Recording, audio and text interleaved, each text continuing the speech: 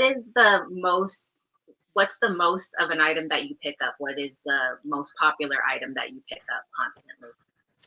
It's very popular just to be like a sofa and a love seat or just a recliner, that kind of thing. But we're also getting bigger stuff. So it's like I have a sofa set and a bedroom set, or it's my entire household.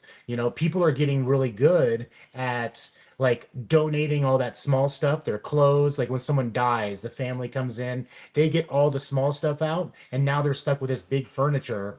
Now I come in, right? I instead of somebody coming in and just cleaning out the entire home of this really nice stuff that's just going to end up in the trash, or question mark, is it going to end up in the trash? Like that's the thing. Like I hear about recycling, but it's is it a built-in consistency, or you got to get to the next job? Now with the whole like how does it work with the referrals? Now, do you give them, if somebody refers, say Sarah refers you to a client and the Mhm. client goes and uses you guys, what does Sarah get in return? A donut and a great referral that they can count on. Okay. All right. So now let's tie in what you do. Is this going down at every store? Because I see every weekend, I see you filling up your truck and you're saying you're hitting a couple of stores and everything. So kind of tell us, how does that all work? How do you pick where you go and what do you Yeah. do? Do you contact them beforehand? I look at myself as Denver's furniture removal rep. All right. So if you go into a furniture store, they have like the Ashley furniture rep, they have the Ethan Allen rep, or whatever brand that you're buying, right? That rep trains the salespeople on that specific furniture, and that's how that store gets trained, right? So for me, I just inserted myself and I just walk in with donuts, and then I talk to as many staff people that are there as possible. And with being that it's a furniture store, there is a lot of high turnaround. So there's a lot of new people, but I'm re-educating them constantly. I'm educating new people that I haven't met before, and then I'm constantly putting a face with the name. And everybody's always talking about Dan. Dan brought us donuts. Dan brought us lunch today. Dan did this. Like instead of just like once every 6 months, you dropped off some cards. Like I got donuts every couple months. Beat that. And when you come with the donuts, are you leaving your business cards or like a flyer, or what are you leaving with the salespeople for them to continue to refer you?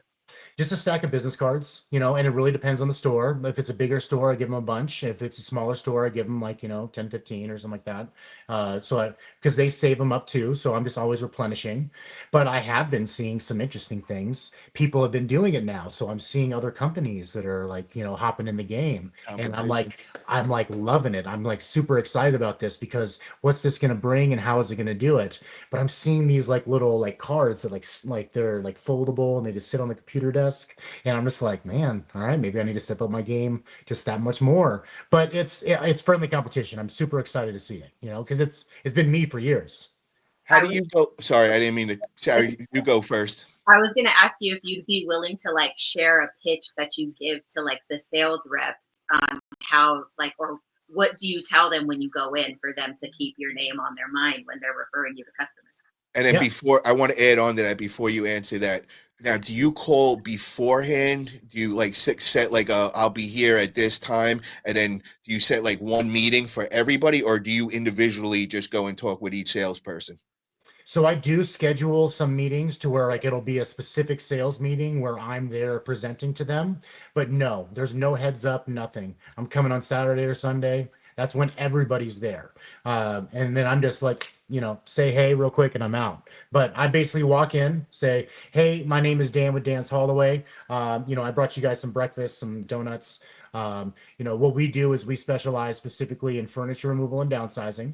We'll go into your client's home, remove their unwanted furniture, and then it'll clear up a space for your new furniture. And then we can be there within your delivery windows.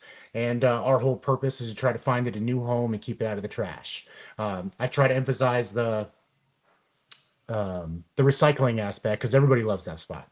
Everybody loves that. How many furniture companies are you working with now that you have when did this with, and how much of your business is coming from just doing these? So I work with about 50 furniture stores, and then it produces. I'm still growing my other avenues too. So right now it's producing somewhere close to 45-ish% of my revenue. And then yeah, so like every month from referrals of people saying my name back and forth is about almost half my revenue. I have a question. So, do you focus strictly on furniture, or if you get a call for somebody who says, "Hey, I have some yard waste. Can you haul it away for me?" What are you doing in that situation? So yes, I do. I specialize specifically in furniture, and no, I will not take your yard waste. So I turn down so much work. If I were like a full-on junk removal company, I'd be absolutely taking on more. I just don't know how to separate it, right? So like, how do I go to somebody's home, take their really nice sofa and love seat, and then also throw on some branches? Like I just don't know how I can save that.